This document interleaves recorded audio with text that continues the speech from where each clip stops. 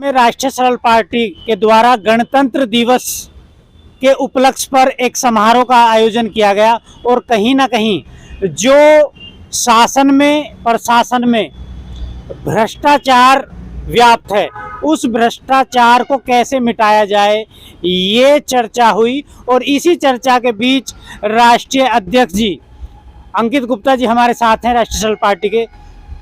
एक तो आपको बहुत बहुत शुभकामनाएं हमारी तरफ से 76वें गणतंत्र दिवस की। क्या कहना चाहेंगे? आज 76वां गणतंत्र दिवस है, लेकिन जो भ्रष्टाचार है, जो आप अभी मंच से भी बात कर रहे थे, उसकी जड़ें जो हैं कोई भी उखाड़ नहीं पा रहा है। दूसरा, बात करें सत्ता की, तो जो विकास के मुद्दे हैं, शिक्षा, चिकित्सा, वो कहीं ना कहीं हिंदुत्व का जो नारा दिया गया उसमें दब गए। अब किसी का ध्यान वहाँ से सबका हिंदुत्व के चक्कर में हट चुका है। देखिए, भारत जो देश है ना, भारत देश में क्या है ना कि एक सबसे बड़ी समस्या क्या है यहाँ पर कि जब भी विकास की बात होती है या भ्रष्टाचार हटाने की बात होती है तो कुछ लोग तो जातियाँ लेकर आ जाते हैं, कुछ लोग धर्म और मजहब लेकर आ जाते हैं। तो ये एक सबसे बड़ा कारण है कि भारत विकसित नहीं हो पा रहा है।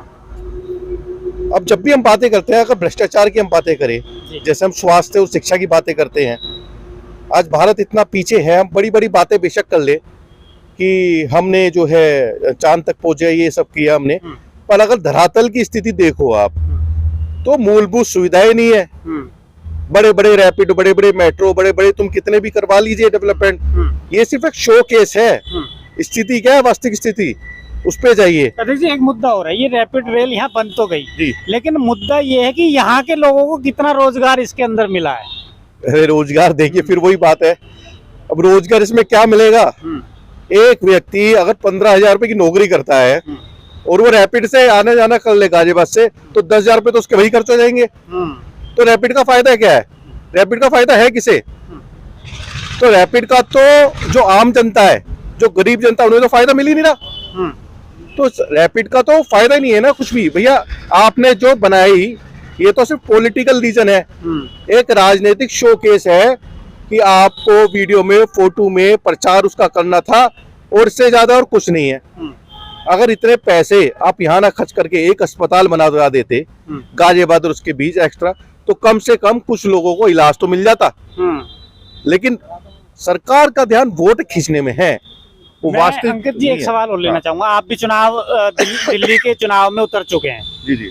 वहाँ केजरीवाल के साथ साथ अब भाजपा ने बोल दिया कि हम भी 2500 रुपए देंगे और ये फ्री, यानी कि जो फ्री की रेवड़ियां हैं। अगर वहीं बात करें उत्तर प्रदेश की, कहीं ना कहीं केजरीवाल जी के अगर हम एक प्लस पॉइंट तो है, उन्होंने कम से कम स्कूल की दशा तो सुधारी है, हॉस्पिटल की दशा तो सुधारी है। वहीं उत्तर प्रदेश की बात करें, योगी जी अब जा रहे हैं, तो उत्तर प्रदेश में जो चिकित्सा व्यवस्था है, आज भी स्कूल में टाट पट्टी पर बच्चे बैठ रहे हैं। तो ये कैसा रवैया है कि जहां आपको विकास करना है वहां विकास की बात नहीं कर रहे, जहां आपको केवल एक पार्टी को हराने के लिए आप फ्री की रेवड़ियां वो बांट रहे हैं, आपने बोल दिया हम भी बांट देंगे। तो ऐसी राजनीति क्या विकास की राजनीति है?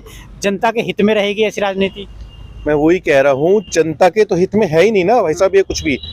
आप देखो, पहले जो भी सरकार रही उसने भी कुछ ना कुछ जाति, कुछ ये करके अपना भ्रष्टाचार फैलाया। अब ये आए हैं, ये भी भ्रष्टाचार ही फैला रहे हैं। जनता के हित की तो बात हो ही नहीं रही है। आप अगर स्वास्थ्य वगैरह की बात करो, अब धर्म की गुट्टी पड़ा दी जाती है, वो सब चीजें। आदमी IT सेल है आज का जो कारण है, जो ये नहीं हो पा रहा है, इसका मुख्य कारण IT सेल है। IT सेल जो है हर आदमी के वीडियो पोस्टता है, वीडियो पोस्ट के उसका जो मन है वो मन बदल जाता है। आपस में नफरत करा दो, फूट डालो, राजनीति करो, यही चल रहा है। जो मुख्य मुद्दे हैं, भ्रष्टाचार को जड़ से उखाड़ना पड़ेगा। जड़ से उखाड़ने के लिए सत्ता में आना आवश्यक है, और सत्ता में आने के लिए ही संघर्ष है सारा। और जिस दिन हम आ गए तो उस दिन हम जड़ से, उसकी जो जड़ है ना, जड़ इसमें है। दिल्ली चुनाव की तैयारी कैसे चल रही है राष्ट्रीय सरल पार्टी की बात? देखिए, दिल्ली चुनाव की हमारी तैयारी बहुत अच्छी चली थी।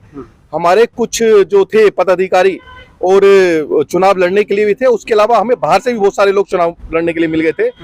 उसके बाद काफी बातचीत के बाद जो निष्कर्ष निकाला गया क्योंकि दिल्ली का जो है पदभार जो है ये प्रभार ये आचार्य जी देख रहे हैं, तो बाकी प्रदेश अध्यक्ष से उनके प्रभारी थे, तो मैं भी कॉन्फ्रेंस कॉल पे रहा उनके साथ।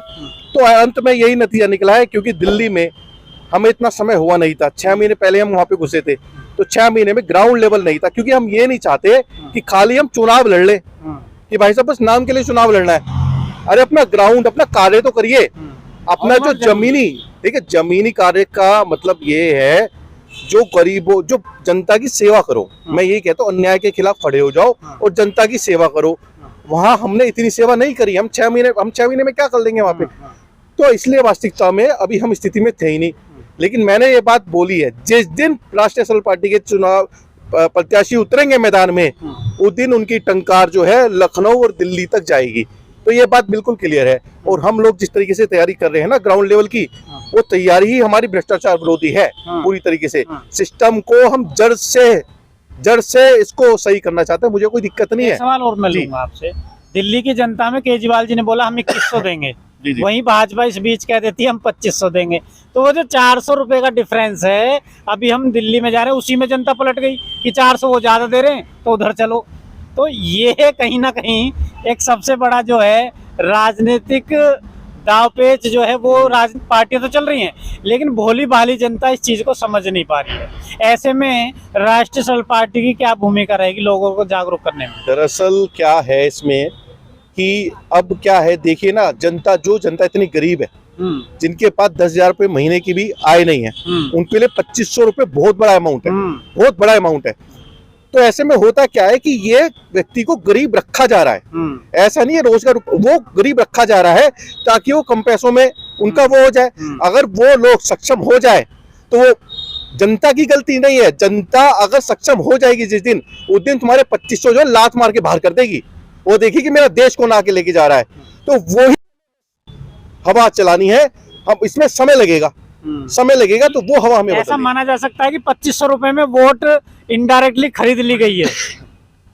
देखिए पैसा नहीं बांट के वैसे खरीद ली गई। बिल्कुल ये हो रहा है, और ये अब से नहीं हो रहा है, ये पता नहीं सालों साल से, कितने साल से चला आ रहा है।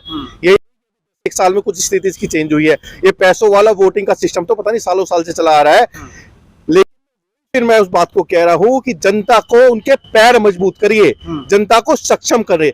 हमारी जो पार्टी कार्य कर रही है ग्राउंड लेवल पे, हमने अपनी रोजगार विंग भी बना रखी है, ठीक है, जिसको हमारे त्यागी जी लीड करते हैं। और इस तरीके की हमने चीजें कर रखी है कि हमारी जो जनता है, हमारी जनता मजबूत हो। जनता जिस दिन मजबूत होगी उस दिन इनके बहकाव में, और उस दिन उनको जब पता चलेगा कि वास्तविकता क्या है, वास्तविकता बताने वाला सही व्यक्ति आना चाहिए ऊपर। जिस दिन सही व्यक्ति ऊपर आ गया तो ये एक सवाल मैं अंकल जी से लूंगा। अंकल जी, आपका जीवन काल रहा, आप पहली बार पिछले 5-10 साल से देख रहे होंगे फ्री की राजनीति, तो ये कहाँ तक ठीक है? क्या वाकई में जनता को इससे कोई लाभ होगा, विकास होगा? देखो जी, फ्री की राजनीति बहुत गलत है। ये फ्री में हर चीज नहीं देनी चाहिए किसी को भी।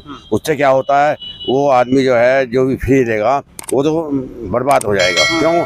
वो मेहनत खत्म कर देगा। तो ये आने वाली नस्लों को बर्बादी करने की तैयारी है। बर्बादी करने की तैयारी इसलिए है कि वो तो बैठा रहेगा चुपचाप, है, अरे मुझे तो मिले रहे, मैं क्यों करूँ, नहीं करेगा वो।